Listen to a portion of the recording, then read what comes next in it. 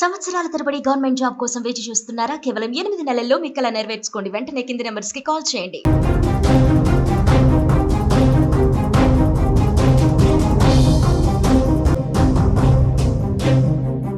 సందు చూసుకొని చైనా దొంగ బుద్ధిని బయటపెట్టింది.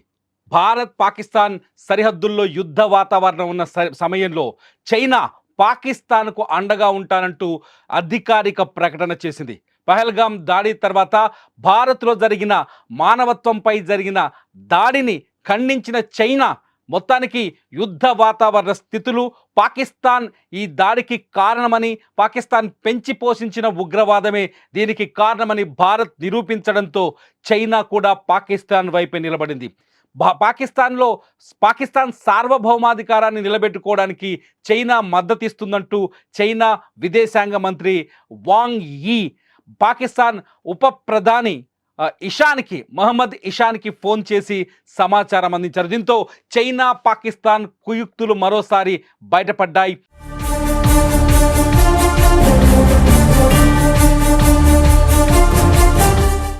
భారత్లో ఉగ్రవాదానికి, పెచ్చుమీరుతున్న ఉగ్రవాదానికి, కశ్మీర్లో కొనసాగుతున్న రక్తపాతానికి చైనా కూడా మద్దతిస్తున్నట్టుగా మరోసారి స్పష్టమైంది. ఇప్పటికే చైనాకు భారత్కు మధ్య సరిహద్దుల్లో అనేక వివాదాలున్నాయి. ఈ వివాదాల నేపథ్యంలో పాకిస్తాన్కి చైనా మళ్ళీ మద్దతు ఇవ్వడం, పాకిస్తాన్ ఒకవేళ యుద్ధం వస్తే, భారత్ పాకిస్తాన్ మధ్య యుద్ధం వస్తే పాకిస్తాన్ వైపు నిలబడి ఉంటామని చైనా ప్రకటించడంతో ఒక్కసారిగా ప్రపంచ దేశాలన్నీ నివ్వెరపోయాయి. నిజానికి ఏప్రిల్ 22వ తేదీన కశ్మీర్ పెహల్గాంలో మానవత్వంపై దాడి జరిగింది. అమాయకులైన 26 మంది పర్యాటకులపైన దాడి జరిగింది. ఈ దాడిని ప్రపంచవ్యాప్తంగా ప్రపంచ దేశాలన్నీ ఖండించాయి. రష్యాతో సహా, యూరప్ దేశాలతో సహా, అమెరికాతో సహా అన్ని దేశాలు ఖండించాయి.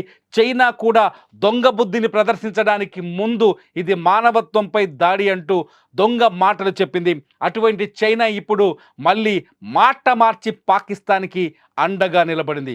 ఒకవేళ యుద్ధం వస్తే, ఇప్పటికే పహల్గాంలో దాడి తర్వాత పాకిస్తాన్పై ఇండియా కఠిన చర్యలు తీసుకుంది. సింధు జలాలని నిలిపివేస్తామని చెప్పింది. అట్లాగే భారత్ పాకిస్తాన్ అధికారిక బార్డర్లని సీజ్ చేసింది. భారత్లో ఉండే పాకిస్తానీలను ఇవాల్టితో పూర్తి స్థాయిలో, అంటే ఏప్రిల్ 29వ తేదీ నాటికి వైద్య వీసాలపై వచ్చిన వాళ్ళను కూడా వెళ్ళిపోమని ఆదేశించింది. 27వ తేదీ తర్వాత ఇవాళ ఎవరైనా ఇండియాలో ఉంటే వాళ్ళకి 3 ఏళ్ల కఠినమైన జైలు శిక్ష, 3 లక్షల రూపాయల ఫైన్ వేస్తామని కూడా ఆదేశాలు జారీ చేసింది.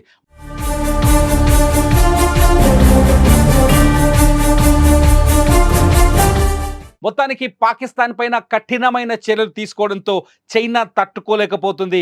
భారత్ ఇటు పాకిస్తానీ సరిహద్దుల్లో తన సైనిక సామర్థ్యాన్ని, నావికాదళ సామర్థ్యాన్ని, ఆర్మీ బలాన్ని, ఇండియన్ ఎయిర్ ఫోర్స్ బలాన్ని, శక్తి సామర్థ్యాన్ని ప్రదర్శించడంతో చైనాలో కూడా భయం పుట్టినట్టుగా చాలా స్పష్టంగా అర్థమవుతుంది. అందుకే చైనా తమ వ్యూహాత్మక భాగస్వామి, వ్యూహాత్మక స్నేహితుడైన పాకిస్తాన్కి అండగా ఉంటామంటూ అధికారికంగా అంతర్జాతీయ వేదిక పైన చైనా విదేశాంగ శాఖ మంత్రి వాంగ్ యీ ప్రకటించడం ఇప్పుడు భారత్ చుట్టూ చైనా చేసిన కుట్ర ఏంటో బయటపడినట్లయింది. ఇప్పటికే చైనాకి భారత్కి మధ్య సరిహద్దు వివాదాలు ఉన్నాయి. 2020లో లద్దాఖ్లో చైనా భారత్ లోపలికి చొచ్చుకొచ్చేందుకు ప్రయత్నం చేసింది. అక్కడ LACని దాటి భారత్లో చొరబడేందుకు చైనా సైన్యం ప్రయత్నించింది. ఈ ప్రయత్నాన్ని భారత సైన్యం చాకచక్యంగా తిప్పికొట్టింది. ఇండియన్ ఆర్మీలో సంతోష్ అనే మేజర్, మన నల్గొండ జిల్లా సూర్యాపేటలో పుట్టిన సంతోష్ అనే మేజర్ ఈ చైనాపై పోరాటంలో వీర మరణం పొందాడు. పాంగాంగ్లో జరిగిన దాడిలో వీర మరణం పొందాడు. ఆ కుట్ర, చైనా కుట్ర ఇంకా దేశం మర్చిపోలేదు. చైనా వస్తువులపైన, లద్దాఖ్ దాడి తర్వాత చైనా వస్తువులపైన, చైనా యాప్లపైన భారత్ నిషేధం విధించింది.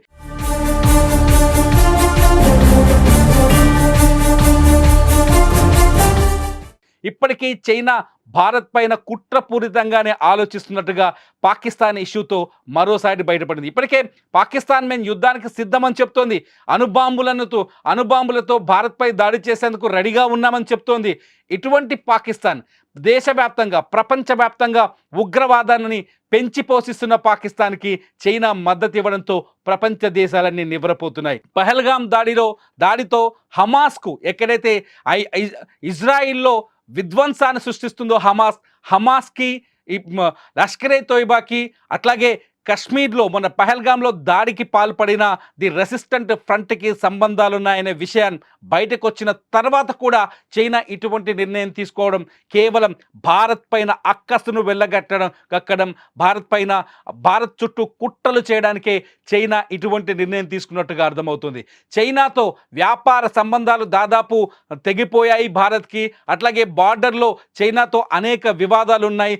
ఎల్ఏసి వివాదం ఉంది, అట్లాగే అరుణాచల్ ప్రదేశ్ వివాదం ఉంది, అనేక రకాల వివాదాలు చైనాతో ఉన్నాయి. ఈ నేపథ్యంలో చైనా పాకిస్తాన్కి మద్దతు పలకడంతో భారత్పై అక్కసు వెళ్ళగక్కినట్టుగా అర్థమవుతుంది. చైనా అధ్యక్షుడితో భారత్ మొదటి నుంచి సత్సంబంధాన్ని కొనసాగించడానికి ప్రయత్నం చేస్తుంది. చైనాతో వ్యూహాత్మకంగా ముందుకు వెళ్ళే ప్రయత్నం చేస్తున్నప్పటికీ చైనా మనసులో కుట్ర పెట్టుకొని పనిచేస్తే తెలుస్తుంది. ఇటుపోతే చైనా ఎప్పుడైతే మద్దతు ప్రకటించిందో అప్పుడే పాకిస్తాన్ తన మాటను మార్చింది. పాకిస్తాన్ ప్రధాని మొన్న పహల్గామ్ దాడిపైన పారదర్శక విచారణ జరిపించాలనే మాట వెనుక కూడా చైనా స్వరం ఉన్నట్టుగా అర్థమవుతోంది.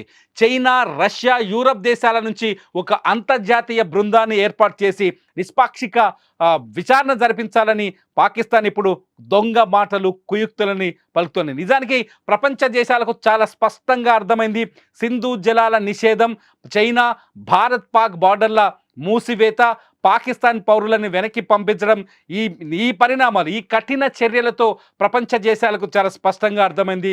పహల్గామ్లో దాడి చేసింది ఎవరో కాదు, పాకిస్తాన్ ఉగ్రవాదులని. లష్కరే తోయిబా నడిపిస్తున్న హఫీజ్ సయీద్ అనే ఒక ఉగ్రవాది నడిపిస్తున్న లష్కరే తోయిబా ముఠా నుంచి బయటకు వచ్చిన ది రెసిస్టెంట్ ఫ్రంటే ఈ దాడికి పాల్పడిందని ప్రపంచానికి అర్థమైంది. అయినప్పటికీ కూడా చైనా ఉగ్రవాదాన్ని ప్రోత్సహిస్తున్న దేశానికి, ఉగ్రవాదాన్ని పెంచి పోషిస్తున్న దేశానికి మద్దతు పలికింది. చాలా స్పష్టంగా ఇక్కడ ఒకటి అర్థమవుతోంది, చైనా భారత్పై తీవ్రమైన ఆలోచనలో ఉన్నట్టుగా అర్థమవుతుంది. చైనా పాకిస్తాన్ వైపే నిలబడిందని అర్థమవుతుంది. మొత్తానికి పహల్గామ్ దాడి ప్రపంచ దేశాలకు ఒక ప్రశ్నను విసురుతోంది, భారత్ వైపు ఎవరు, పాకిస్తాన్ వైపు ఎవరు అని.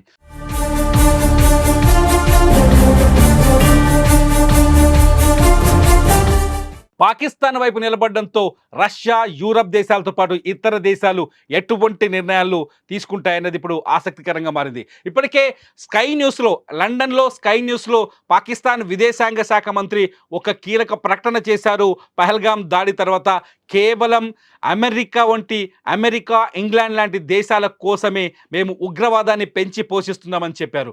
కేవలం అమెరికా, ఇంగ్లాండ్ ప్రోత్సాహం ఉగ్రవాదం వెనుక ఉందంటూ ఒక ఆరోపణ చేశారు. అప్పటికే ఆ ఆరోపణలతో పాకిస్తాన్ ఉగ్రవాదాన్ని పెంచి పోషిస్తున్నట్టుగా ప్రపంచ దేశాలన్నింటికీ అర్థమైంది. ఈ నేపథ్యంలో ప్రపంచ దేశాలు, యూరప్ దేశాలు, అమెరికాతో సహా ఇతర యూరప్ దేశాలు ఎటువైపు నిలబడతాయి? చైనా మద్దతిస్తున్న పాకిస్తాన్ వైపు నిలబడతాయా, లేకపోతే శాంతికి సిద్ధంగా ఉన్న భారత్ వైపు నిలబడతాయన్నది ఇప్పుడు ఆసక్తికరంగా మారింది. ప్రపంచ దేశాలన్నీ ఎప్పుడైతే పాకిస్తాన్కి చైనా మద్దతు పలికిందో ఆ క్షణం నుంచి ప్రపంచ దేశాలన్నీ ఎటువైపు నిలబడాలి అనే చర్చలోకి వెళ్ళినట్టుగా అర్థమవుతుంది. మొత్తానికి పహల్గాము దాడి చైనా మనసులో ఉన్న కుయుక్తులని, కుట్రల్ని కూడా వెలుగులోకి తీసుకొచ్చినట్టుగా మనకు అర్థమవుతుంది. ఒకవేళ యుద్ధం జరిగితే, ఎందుకంటే బార్డర్లో యుద్ధ వాతావరణం కనిపిస్తుంది, యుద్ధం జరిగితే చైనా పాకిస్తాన్ వైపు ఉన్నట్టు తేలిపోయింది. మరి ఇతర దేశాలు ఎవరి వైపు నిలబడతాయని మీరు అనుకుంటున్నారు? ఈ వీడియో కింద కామెంట్ చేయండి. ఖచ్చితంగా మీ కామెంట్స్ పైన నేను మరో వీడియో చేస్తా. చూస్తూనే ఉండండి సుమన్ టీవీ.